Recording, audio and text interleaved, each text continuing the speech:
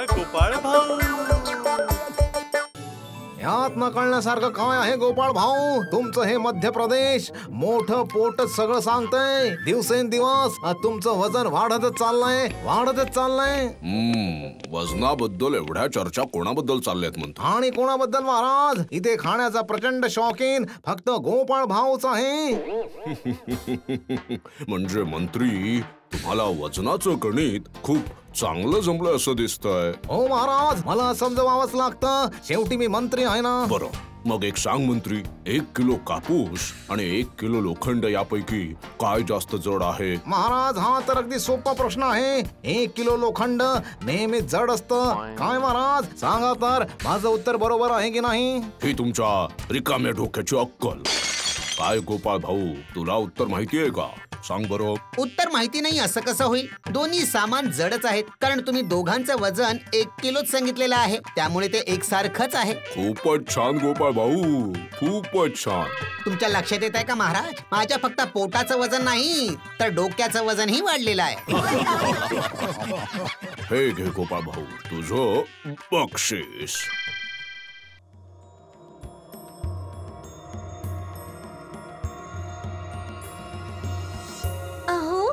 काय झालं? तुम्ही सतत घरात इथून तिथून चक्रा का मारताय? रागाने माझ्या अंगाची लाही होते. का? काय झालं? पुन्हा काही झालं का? महाराजांनी एका सोप्या प्रश्नाचं उत्तर दिल्याबद्दल गोपाळ भाऊला एक सोन्याचा दागिना बक्षीस दिला.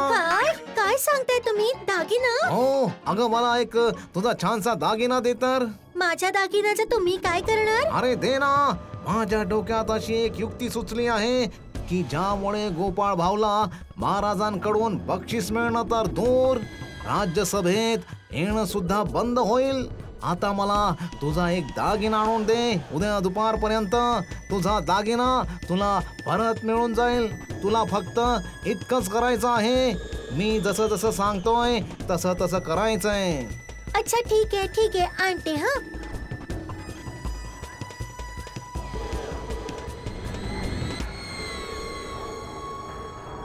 अरे बोट्या काय रे? अरे मंत्री महोदय, आज तुम्ही स्वतः इथे आलात. ऐका, तुम्हाला दोघांना एक काम करावं लागेल. अच्छा, कुठलं काम? घ्या हा दागिना घ्या आणि आज मध्यरात्री जेव्हा सगळे झोपतील तेव्हा आपल्याला आपलं काम करायचंय. अजिबात काळजी करू नका मंत्रीजी, तुमच्या सांगण्याप्रमाणे काम अगदी बरोबर होईल. हे काय, आज तर राज्यसभेत सगळेच उपस्थित आहेत, पण आपले मंत्री अजून का नाही आलेत? हो महाराज, मी मंत्रीजींना थोड्या वेळापूर्वी त्यांच्या घरासमोर पाहिलं होतं. ते दाराजवळ उभे होते आणि त्यांची पत्नी जोर जोरात रडत होती. इतकं रडत होती की वाटलं थोड्या वेळात आपलं राज्य त्यांच्या अश्रूंच्या पुरात बुडेल. हे काय बोलताय सेनापती? हो महाराज, मी अगदी खरं बोलतोय. चला तर सगळे मिळून बघू की काय प्रकार आहे तो.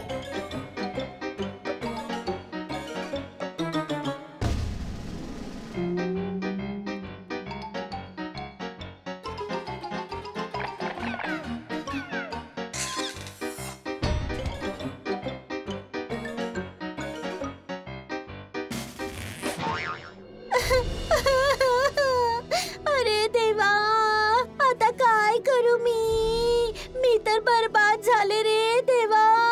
माझा 5 तोळ्यांचा सोन्याचा दागिना गेला. तुम्ही सकाळी सकाळी जीवाच्या आकांताने काय रडत आहात? अहो शांत व्हा वहिनी. महाराज, माझ्या घरातून माझा 5 तोळ्यांचा सोन्याचा दागिना चोरीला गेला. काय म्हणताय? 5 तोळ्यांचा दागिना? हो महाराज, तो मला लग्नात मिळाला होता. आता माझं सगळं संपलं. काय करू? आता तुमच्या घरामध्ये चोरी करायला कोण जाणार मंत्री? महाराज, काल संध्याकाळी गोपाळ भाऊ आमच्या घरी आला होता. त्यानंतर पासून माझ्या पत्नीचा दागिना गायब झाला आहे. म्हणजे तुम्हाला काय म्हणायचं मंत्रीजी, की मी चोर आहे? अरे यात म्हणायचं काय गोपाळ भाऊ? मी तुमच्या घरी आलोच नाही म्हणून माझ्यावर आरोप करण्याचा प्रश्नच येत नाही. तर मग चोरी कोणी केली? या राज्यात कितीतरी चोर मोकाट फिरत आहेत, त्यांच्याचपैकी कोणीतरी केली असेल ना? महाराज, मला तर गोपाळ भाऊवरच संशय आहे. गोपाळ भाऊ, माझा तुझ्यावरती खूप विश्वास आहे, म्हणून पुन्हा विचारतो, खरं खरं सांग की तू मंत्रीजींच्या घरी चोरी केली आहेस की नाही? हो गोपाळ भाऊ, बोल बोल. शक्यच नाही. मी तुमच्या लेखी गरीब असेन पण चोर नाही महाराज. हो. आता माझं काय होणार? महाराज, इतका विचार करायची गरज नाहीये. सरळ गोपाळ भाऊच्या घरी जाऊन शोध घेतल्यावरच कळणार खरं काय आणि खोटं काय महाराज. ठीक आहे, आता वेळ न घालवता चला सगळे गोपाळ भाऊच्या घरी जाऊ.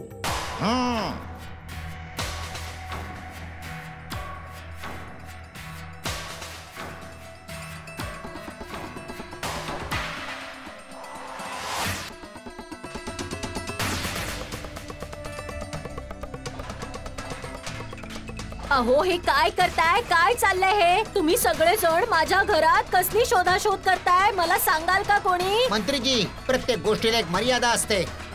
महाराज, तुम्ही तरी काहीतरी बोला.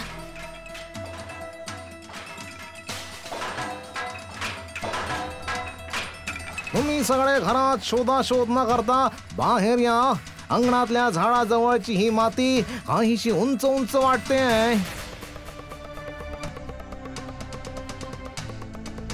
मग काय, तिथे खोदून बघा. इथे माती उंच उंच दिसत आहे. खोदून बघतो, इथे काहीतरी नक्कीच मिळेल. 5 तोळ्यांचा माझा हार. हा बघा माझा सोन्याचा हार. हाच आहे. हाच आहे, हाच आहे, हाच आहे माझ्या पत्नीचा दागिना. काय म्हणजे गोपाळ भाऊने चोरी केली? छे छे छे छे छे गोपाळ भाऊ, छे, तू इतकं नीच काम करशील असा मी स्वप्नातही कधी विचार केला नव्हता. या भयंकर अपराधासाठी मी तुला पुढच्या 1 महिन्यासाठी राजसभेतून बहिष्कृत करत आहे. महाराज, असं नका करू. मी उपाशी मरेन महाराज. नाही महाराज, असं नका करू.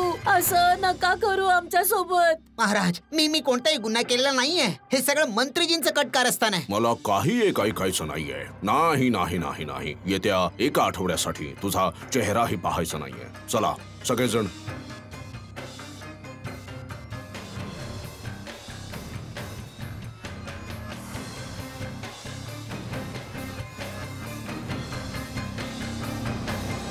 विश्वास ठेवू का बायको? मी चोरी नाही केली. हे सगळं मंत्र्याचं कारस्थान आहे. मला सगळं चांगलं समजतंय हो. दुष्ट लोक कधी छळ करायचं सोडतात का? हो, मी त्या मंत्र्याला उत्तर याचं नक्कीच देणार आहे. नाही नाही नाही महाराज, तुम्ही अगदी चुकीचं केलं. खूप चुकीचं केलं तुम्ही. मी काय करावं सांगा राणी? मी माझ्या डोळ्यांनी पाहिलं, गोपाळ भाऊच्या घराच्या झाडाजवळ मंत्रीच्या पत्नीचा दागिना पुरलेला होता. संपूर्ण कृष्ण नगरात गोपाळ भाऊंसारखा प्रामाणिक माणूस दुसरा कोणीही नाहीये महाराज. या गोष्टीवर माझा अजिबात विश्वास नाहीये. मला वाटतं यात नक्कीच कुणीतरी षडयंत्र रचलंय. हो, असंही असू शकतं, पण आता 1 महिन्याची तर गोष्ट आहे.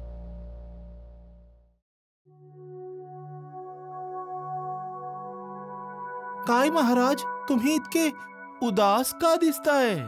आता काय सांगू तुम्हाला, आज 1 महिना झालाय, गोपाळ भाऊ पण नाहीये आणि राज्यसभेत हशाचं वातावरणही नाहीये. मी परत आलोय. महिनाभर उपाशी राहिलो, पण जिवंत आहे मी. आपण सगळे ठीक आहात ना रे? आता अगदी तुझ्याच बद्दल बोलत होतो गोपाळ भाऊ. हे बघा महाराज, मी आधीही म्हणालो, आता पुन्हा सांगतो, मी कोणताही गुन्हा केलेला नाही. गुन्हा केला नाही म्हणजे? मग त्या दिवशी भर दिवसा सूर्यप्रकाशात आम्ही सगळ्यांनी जे काही पाहिलं ते काय खोटं होतं? तुमच्या सांगण्यानुसार आम्ही जे पाहिलं किंवा जे दाखवलं गेलं, मला खात्री आहे की ती संपूर्ण घटना मला फसवण्यासाठी पूर्वनियोजितच होती. तुला काय म्हणायचं आहे गोपाळ भाऊ? अच्छा अच्छा, ठीक आहे ठीक आहे. आरडाओरडा खूप झाला. आता मला एक महत्वाची घोषणा करायची आहे. पुढच्या आठवड्यामध्ये राजमहालाच्या मैदानात एक जत्रा आयोजित केली जाईल. जत्रा? कसली जत्रा महाराज? मजेशीर जत्रा. सगळीकडे खाण्यापिण्याची दुकानं, विविध प्रकारची दुकानं आणि जत्रेच्या मध्यभागी एक मोठा रंगमंच असेल. त्या रंगमंचावर तुम्हा सगळ्यांना काहीतरी विलक्षण करून दाखवायचं आहे. तर आता तुम्ही सांगा, कोण कोण काय काय करणार? मी विलक्षण कविता सादर करेन. मी तर महाराज एका निरोगी माणसाचं डोकं फिरवून दाखवेन. हे काय सांगतोस गोपाळ भाऊ? हे कसं काय शक्य आहे? ठीक आहे महाराज, जत्रेच्या दिवशीच बघा ना मी काय करू शकतो आणि काय नाही. बघतोच. जर तू सांगतोयस तसं करून दाखवलंस तर मी तुला 50 नाणी बक्षीस देईन. ठीक आहे महाराज.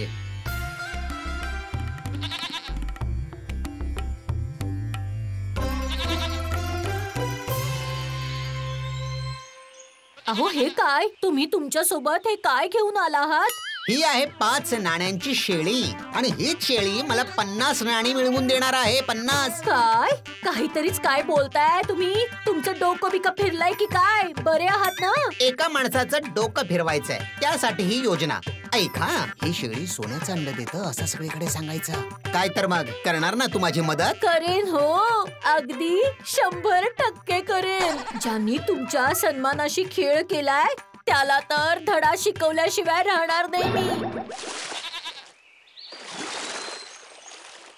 काय हो वहिनी, कशा आहात तुम्ही?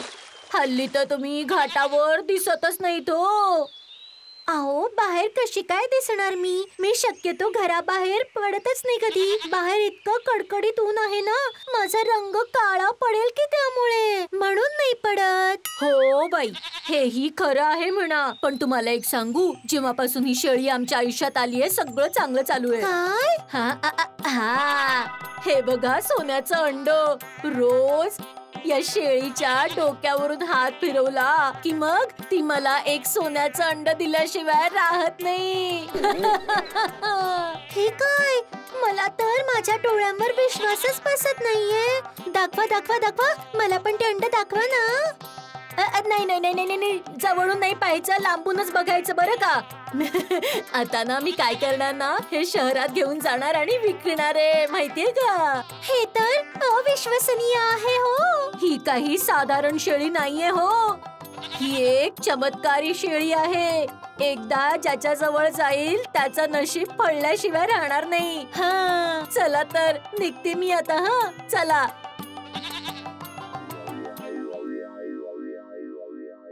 पाणी आणायला गेली होतीस ना, यायला एवढा वेळ का लागला?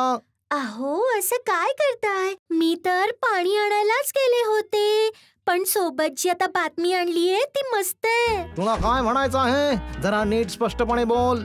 अहो आता काय सांगू तुम्हाला, गोपाळ भाऊंच्या पत्नीकडे एक ना शेळी आहे माहितीये. कौतुक तर असं करतेयस, जणू शेळी नाही सिंह घेऊन फिरते आहे ती. अहो तसं नाही हो, ती शेळी काही साधी सुधी शेळी नाहीये. ती ना शेळी सोन्याचं अंड देणारी शेळी आहे. हो. हा काय बोलतेस, सोन्याचं अंड देणारी शेळी? हो तेच तर मी बोलतीये. ती ना एक चमत्कारी शेळी आहे. रोज सकाळी तिच्या डोक्यावर हात फिरवल्याने एक सोन्याचं अंड देते. मी माझ्या डोळ्यांनी ते सोन्याचं अंड पाहिले हो. किती सुंदर आहे ते अंड. मी काय म्हणते, जर असं चालत राहिलं ना तर काहीच दिवसात गोपाळ भाऊ तुमच्यापेक्षा जास्त श्रीमंत होतील. अगं काय बोलतेस तू? ऐका ना, मी काय म्हणते, मला ती सोन्याची अंडी देणारी शेळी हवी म्हणजे हवी. द्या ना आणून. मिळेल ग, माझी राणी मिळेल. त्या शेळीच्या निमित्ताने मी एकाच दगडात 2 पक्षी मारणार आहे. होणाऱ्या जत्रेत खेळ दाखवणार आणि त्यानंतर बघता बघता माझ्या नशिबाचं चक्र फिरू लागेल. ऐक बायको, आधीचा टप्पा यशस्वी झालाय. आता जत्रेच्या आदल्या रात्रीपर्यंत आपल्याला या शेळीला सांभाळून ठेवावा लागेल, कळलं का? हो, फक्त जत्रेच्या आदल्या दिवशीच तिला अंगणात मोकळं सोडेल. हो, आणि त्यानंतर सुरू होईल मजेदार खेळ. एका निरोगी माणसाचं डोकं फिरवणारा खेळ. त्यांनी मला कोणत्याही कारणाशिवाय फसवलं ना, मी त्या मंत्राला चांगलाच नाही अगदी छान प्रकारे समजावून सांगेन आणि आपल्या नातवंडांनाही शिकवून ठेवावा लागेल, जेणेकरून ती लोक मंत्र्याला डोकं फिरलंय असं चिडवतील.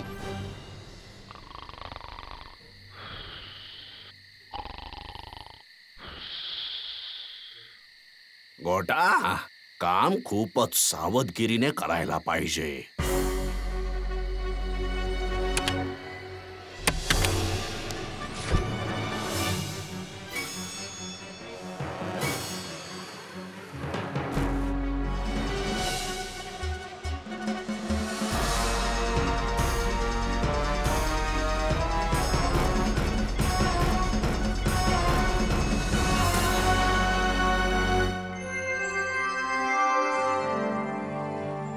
सगळे लोक जमले आहेत तर आता प्रत्येकाने आपापल्या मजेदार कला सादर कराव्यात. ऐका ऐका ऐका, सुरू होणार आहे आपल्या मजेदार जत्रेची मजेशीर स्पर्धा. सगळ्यांनी टाळ्या वाजवा. सर्वात आधी मजेदार प्रतिभा सादर करतील आपले वैज्ञानिक.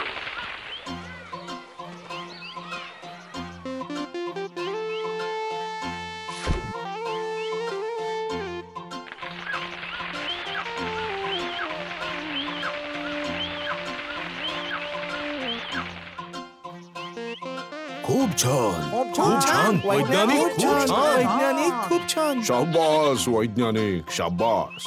तुमचा आविष्कार खूपच छान आहे हो. बीजातून थेट झाड उगवलं. हा तर चमत्कार आहे, चमत्कार. आता सादर होणार आहे आपल्या राज्यसभेतील कवीची मजेशीर कविता. महाराज, आज मी आपल्या राज्यसभेबद्दल एक मजेदार कविता सादर करणार आहे. ही कविता मी खूप विचार करून लिहिली आहे. सुरू करा. राज्य आपले कृष्णनगर. कृष्णचंद्र आहे राजा. वय झाले असले तरी मन आहे त्यांचे ताजे तवाने. महाराज अडचणीत आले की गोपाळच असतो भरवसा. गोपाळ शिवाय राज्यसभेत असते कायम निराशा. गोपाळ जर असेल मुंगूस तर मंत्री आहेत साप. मंत्र्याच्या कुठल्याही पेचांमुळे गोपाळला येत नाही ताप. आम्ही सगळे दररोज राज्यसभेत येतो. आम्ही आमच्या राज्यावर मनापासून प्रेम करतो. गोपाळ भाऊ मुंगूस आणि मंत्रीजी साप. वा वा वा, खूप छान. शाबास राजकवी, तू तर मैफिलीमध्ये रंगतच आणलीस. यांच्यानंतर सभेला चार चांद लावण्यासाठी येत आहेत आमचे मंत्री महोदय. काय मग मंत्री, तुम्ही काय सादर करणार? अहो महाराज, मी एक अद्भुत खेळ सादर करणार आहे. ही जी माझ्या सोबत शेळी दिसतीये ती एक अनोखी शेळी आहे. अनोखी शेळी म्हणजे काय? महाराज, मंत्रीजी काही बोलण्याआधी मी एक मंत्र म्हणू इच्छितो. यामुळे आमचे जे निरोगी मंत्री आहेत ना, त्यांचं थोड्या वेळाने डोकं फिरेल.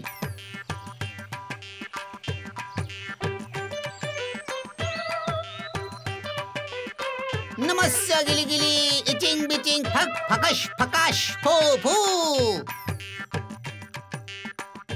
फुकटची नाटकं. आता बघा महाराज, आता मी या शेळीच्या डोक्यावरून हात फिरवतो आणि तुम्ही बघाल ही बकरी सोन्याचं अंड देईल. शेळी सोन्याचं अंड देईल? पाहिलं ना महाराज, मंत्रीजींनी कसं डोकं फिरल्यासारखं बोलायला सुरुवात केली आहे ते. हे सगळं माझ्या जादूच्या मंत्राचा चमत्कार आहे. अरे बडबड बंद करा गोपाळ भाऊ. हे मी आता सिद्ध करून दाखवतो. पहा ही शेळी अंड देते की नाही. माझी शहाणी शेळी, अंड दे ना बाबा. लाडूबाई अंड दे, सोन्याचं अंड दे ना. अगं दे. कळत नाही ही अंड का देत नाहीये. हे काय मंत्रीजी? अहो मंत्रीजी, उलट सुलट का बोलताय? तुम्ही खूप नटखट आहात. अगं बघा, आजपासून तुला सांगतोय, सोन्याचं अंड दे ना. अगं दे ना माझी सोनोली. काय झालं तुला? रोज तर सोन्याचं अंड देतेस, आज काय झालं तुला? महाराज, मंत्रीजींच्या बोलण्यात स्पष्ट विसंगती दिसत आहे. बघा ना महाराज. शेवटचं बोलतोय तुला. अंड दे, दे अंड दे ना. हे शेळी, अगं दे ना. मंत्रीजींच्या डोक्यावर खरंच परिणाम झालेला दिसतोय. त्यांना उपचाराची नितांत गरज आहे. मी तर कोणासमोर सांगू पण शकणार नाही की ही शेळी मी चोरून आणली आहे, ते पण गोपाळ भाऊच्या घरातून. अगं हे, अगं अंड दे ना, दे ना. असं वाटतंय मंत्रीजींचं डोकं फिरलंय. हो रे, मला पण असंच वाटतंय. मंत्रीजींचं डोकं फिरलंय, डोकं फिरलंय. मंत्रीजींचं डोकं फिरलंय, डोकं फिरलय. जास्त शिल्लक बोलायची गरज नाहीये. जर माझं डोकं फिरलं ना, आमच्या मंत्रीजींचं डोकं फिरलंय, डोकं फिरलय. गप्प बसा. मंत्रीजी, असं वाटतंय आता खरंच तुमचं डोकं खराब झालंय. मंत्री, तुमची मेंदूची ही समस्या पाहता मी तुम्हाला 3 महिन्याची सुट्टी देतोय. तुम्ही घरी जा आणि स्वतःचा उपचार करा. नाही महाराज, मी ठीक आहे. विश्वास करा, विश्वास करा महाराज. नाही नाही नाही नाही नाही नाही, तुमच्यावर विश्वास आहे, पण तुमच्या डोकं फिरवण्यावर नाही. महाराज, मला माझं 50 रणांचं बक्षीस. हो हो, हे घे. तू खरंच सिद्ध करून दाखवलंस गोपाळ भाऊ की तू सगळं काही करू शकतोस. अरे रे रे, आता 3 महिने बिना पगारी घरात बसून राहावं लागेल. हे सगळं नक्कीच त्या गोपाळ भाऊचं कारस्थान आहे. बरोबर बोललात मंत्रीजी, हे माझंच कारस्थान. मला माहित होतं की तुम्ही आणि तुमची पत्नी मिळून मला चक्रव्यूहात नक्कीच अडकवाल, म्हणून असं केलं. मी दोषी नसताना देखील 1 महिना घरी बसलेलो होतो. आता तुम्ही 3 महिने घरी बस. गोपाळ भाऊ, तुम्ही समजदार आहात. कृपा करून मला वाचवा. 3 महिने घरी बसून राहिलो तर घर कसं चालणार? नक्कीच वाचवू शकतो जर तुम्ही महाराजांना सगळी हकीकत खरी सांगितली तर. ठीक आहे, सगळं सांगेन. चला तर मग महाराजांकडे.